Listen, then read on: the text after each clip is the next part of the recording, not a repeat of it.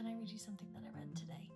In Genesis 16, we read about a situation involving Abraham and Sarah.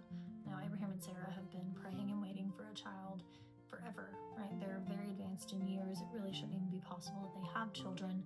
And so because of that, Sarah becomes desperate. And the Lord has already promised that Abraham will have descendants throughout all the nations.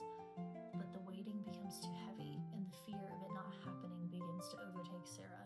So she takes matters into her own hands, and she demands that Abraham have a child through their servant Hagar.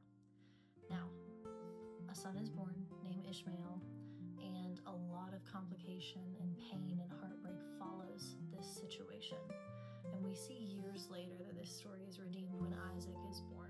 I think so many of us can relate to Sarah in that waiting is heavy, waiting is hard. It's so difficult to watch people get the thing that you're praying for, to be the only one that feels like they're waiting or doesn't have or doesn't see the fruit of what they've been sowing into.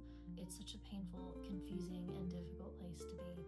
But Jeremiah 29:11 says that we know the plans that the Lord has for us, and they are plans to prosper and plans for a hope and a future for us.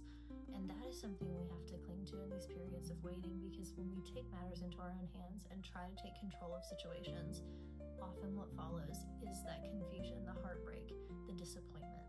So many of us are willing to settle for an Ishmael when we were called to wait for an Isaac.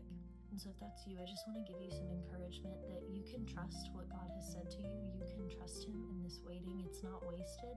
This is all for a purpose. This is a part of how we get there. It's a chapter, but it's not the whole story.